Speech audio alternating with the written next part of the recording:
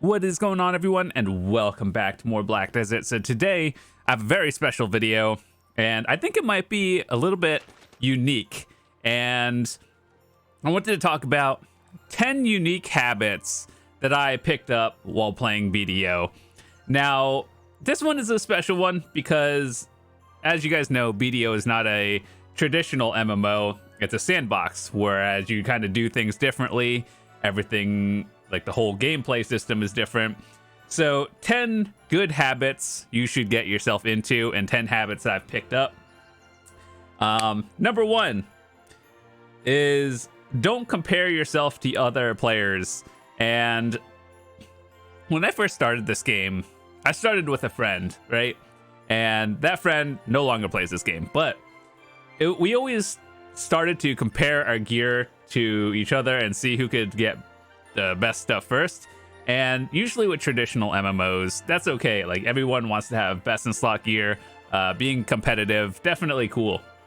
But this game is more of like a progression thing, and like all it takes is someone to get lucky one time and you're way ahead of someone else. So just stick to what you're doing and work on your own goals, and don't compare yourself to others, and you'll get to the finish line eventually. There is no finish line. It's just get as far as you can to whatever you're good at. Like, what if you like PvE, just get enough AP to grind that spot and you're good. If you're PvPing, get enough gear to where you think you're comfortable, and so on. So number two is always keep an open mind about things in BDO. And what I mean by that is, when you talk to other streamers or YouTubers and you're like looking at what their gear is, and you're like, oh, okay, so I should copy their gear, right? It's best in slot. Not necessarily. Every class has different stats. For example, like a ninja and a kuno have more evasion, and wizard and witch have more accuracy, and dark knights have accuracy. And so, like, berserkers, warriors, more health and everything. So how people build their character is more based on their class. So you shouldn't always just copy whatever you see someone else doing. Now, granted, a lot of the things you can, but not necessarily everything. And that also goes for like life skills and PvE, and especially PvP, because PvP is like the number one thing where you kind of don't really want to copy everyone else. There are like metas in terms of like, you want to have the most damage, defense, accuracy builds, and all that stuff. So it's always a good idea to look at your class and try to take notes from other people that also play your class, and or just get like a general survey from a lot of people in terms of, do you think this is good? Do you think this is bad? If not, then figure out what you think works for your class. So I don't think there's ever like a right or wrong answer. It's just there are different builds in this game. So have an open mind. Don't just copy one person. And yeah, you'll figure all of this out just by playing this game. And just by learning your class, you'll figure out what works and what doesn't. So yeah, I'm always happy to help you get on the right track of what you think you should do, or if you have a specific build in mind, I can direct you more or less in the right direction of where to go from there.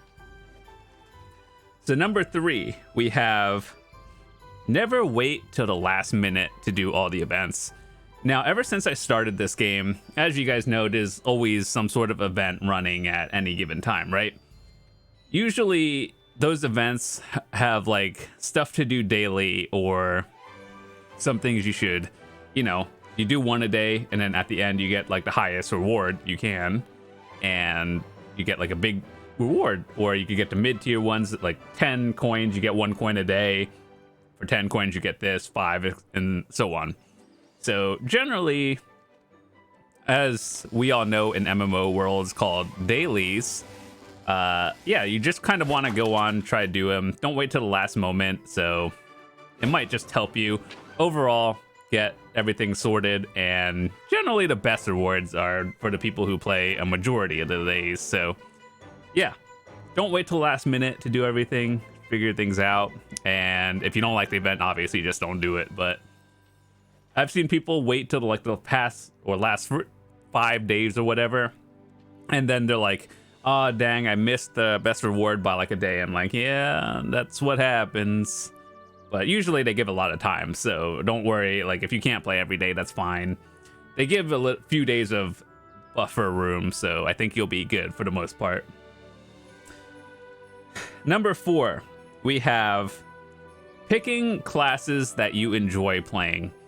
Now, obviously, we all know in games in general, there are metas and non-metas. So a lot of people ask me, what is the best class to play and what should I do for this? And my general advice to people is play the class you think you're going to have the most fun on. Now, I know that's not really the answer people want to hear, and I could tell you meta classes if that's what you want to hear, but generally, from my experience, I've tried meta chasing in this game as well, and after a while, by playing the stuff that is kind of like top of the line and whatever, or just whatever is the flavor of the month, it's not really fun for some people like myself. So I generally just find characters and stuff that I enjoy doing, and if I'm having fun, the time goes by a lot faster for that. So yeah, pick classes that you think you like, and once again, happy to help people get you in the right direction. If you are a returning player, new player, the way it goes is like you tell me what you want to do and what your play style is. So like, let's say you are into PvPing, right? And you like playing a caster class, then I would generally recommend like a wizard or witch, or if you say you like magic, that brings more options onto the table. But yeah, generally just tell me your play style and what you want to do. There's no right or wrong answer. You can always make multiple characters. Unlike other games where you have your one main character, they give you enough slots to play basically one of everything. You just have to get the coupons to unlock more character slots. But yeah, you can technically try everything if you want to. So yeah, find a class you enjoy, then you're gonna have a lot more fun doing it, and then you're not gonna burn out and quit the game. So that's good, right? Number 5, I believe, is save enough materials to enhance to where you started. Now, if that didn't make sense, first of all, I would recommend buying all your gear. So whatever upgrade you're going for at the time, just save up enough silver, buy it. There's no RNG, and everyone's happy, right? Now, one thing I used to do back in the day when the central market didn't exist and gearing up was a little bit more difficult than it is today. So let's give you a scenario of you started with a Tet weapon and you're trying to go for a pen weapon. And your ultimate goal is to enhance it yourself, right? Because you want your name, whatever reason. And what I would do is try to save enough materials to get it back to Tet at whatever cost it takes. And so let's say it doesn't go, and usually that's how it goes. Everything's going to downgrade, and ultimately you save up enough materials like hard sharps, whatever concentrateds, and at the end of the day, you want to get to Tet back again. So you started at Tet, you want to get it to at Tet at very minimum, and or at least try, or something where you don't go pry with no durability. I've been there, I've done that. Started at Tet, try to go for pen. Next thing you know, I'm at pry with no durability, can't use the weapon, feels bad. So I know it feels like you are far behind if you're trying to compare yourself to other players, but don't roulette. Do one piece of gear at a time. It feels less bad when things inevitably destroy. And yeah, so what you want to do, work on one piece of gear at a time and save up, I don't know, just like enough materials to just get it to as close to where you started as possible, assuming the worst RNG you can get. Number 6, make sure to buff before life skilling, PvPing, and PvEing. Now, I understand that, like, look at your buff bar, for example, right? And you're like, oh, okay, so I use this and this, but do I really need this buff? Generally, if you want to clear faster or do better in whatever you're doing, yes, you want to do as many buffs as you can. So for all the people asking, is the loot buff or the tent buff actually worth it? Yeah, you'll notice a difference, actually. Yes, I know using the 50 mil tent buff, sometimes you don't see a difference, but I would say overall, especially if you're going for like rare items, like the infinite potion pieces, compass, map, rich merchant ring, you'll see all the content creators basically full-on 50 mil tent buffing every time, because if it was a full-on meme, no one would do it, but it does. So anyway, I noticed a lot of buffs in this game, and you're just like, if you look at my family inventory, I basically put all my buffs there for when I'm grinding. So that would be a good tip for all of you. Sort out your buffs by like food buffs. If you're doing life skilling, elixirs and potions, like loot scrolls and XP scrolls, life buffs and whatnot. So yeah, I would use your family inventory for that one instead of keeping it in your inventory, and then you'll figure out like where everything is, what I need to press when I start my hour grind. So that's one tip I can give you guys. Just sort out your family inventory. It is a little bit of pay to win by unlocking more slots, but realistically you don't need all of them unless you're at really high end and you're just keeping all your elixirs there. But even then, like, your inventory, all you have to do is sort it. But either way, family inventory, because I like to play on multiple characters every now and then, it just saves a lot of time. So yeah, that's one tip I can give you. Sort everything in your family inventory, and yes, buffs are in fact worth it. Okay, so number 7, things that I think are good habits to pick up on is learning how to use the market, learning how to understand and read it.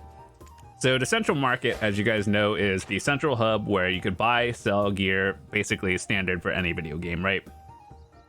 Now, in BDO, it is like an event-based economy. And what I mean by that is, like, let's say there's a fishing event one week. Suddenly, relic prices are all the way down because everyone's fishing. And or if there's a gathering event going on, then materials for enhancing, suddenly there's a lot of them.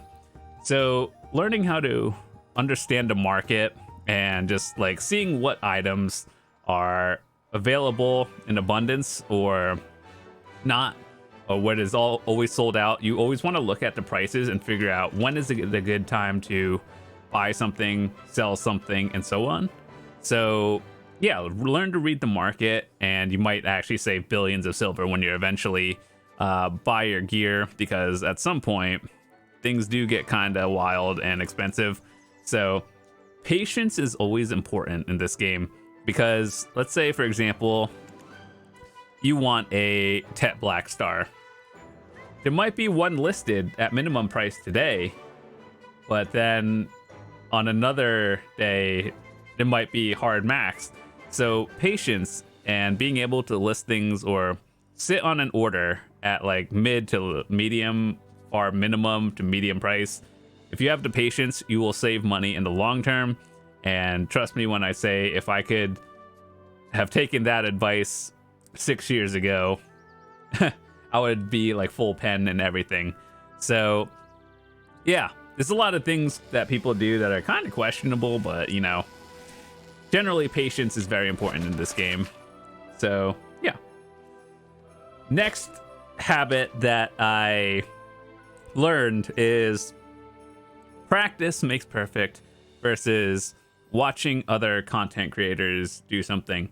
Now, I don't think either of them are wrong, but practice will always improve your skill and everything a lot more than like just asking someone a question. Like, yeah, that's good. You should be asking questions. However, just by doing it, I feel like most people will learn better. And then that's why you see like they're like very solid PvPers out there. that's because they do a lot of both of them. They practice all day. They talk to other peoples who they think have stronger or weaker matchups against yourself, and or if you're PvEing, for example, learning grind rotations, or same with life skilling, you learn the best spots. So just by doing it, even if you are trying to min-max, and you just say, if I could spend 1 hour here just by learning, is this a good spot or is it not? Versus asking someone, don't be afraid to take the risk of doing it, and you'll just overall get more knowledge by playing the game yourself than just taking the word of someone else. Because one, you are probably at a different gear level than someone else, whether it's higher or lower, but generally you want to just practice and do it yourself. Then you could say for sure, where I'm at, this spot is better or worse than somewhere else, right? So yeah, practice makes perfect. Be sure to also ask people where you think their like best spot of whatever they're doing is, but generally just doing it yourself. Good. All right.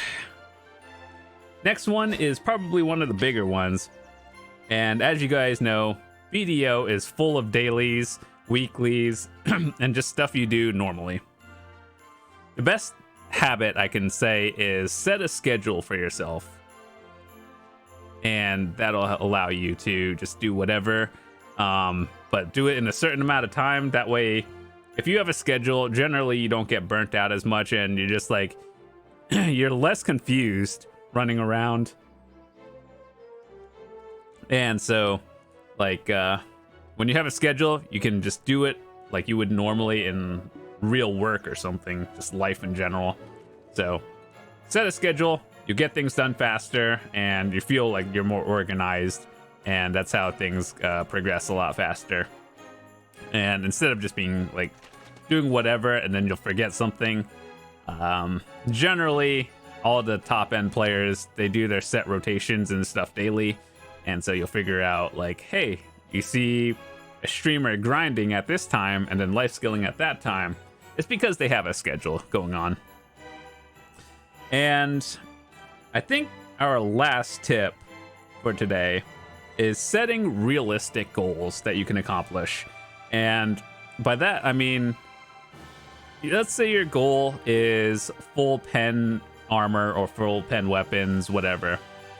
One thing I would do is set one goal at a time. Like, if you watch my November and December monthly update and progress videos, basically I set one goal a month, and it's like, this month I want a Pentungrad ring or something, or my goal is to save up 100 billion silver.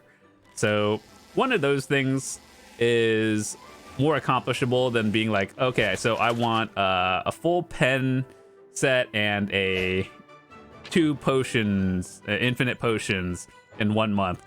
And while it is possible, it's very difficult, and when RNG plays a factor into it, you kind of like might get discouraged if it doesn't happen.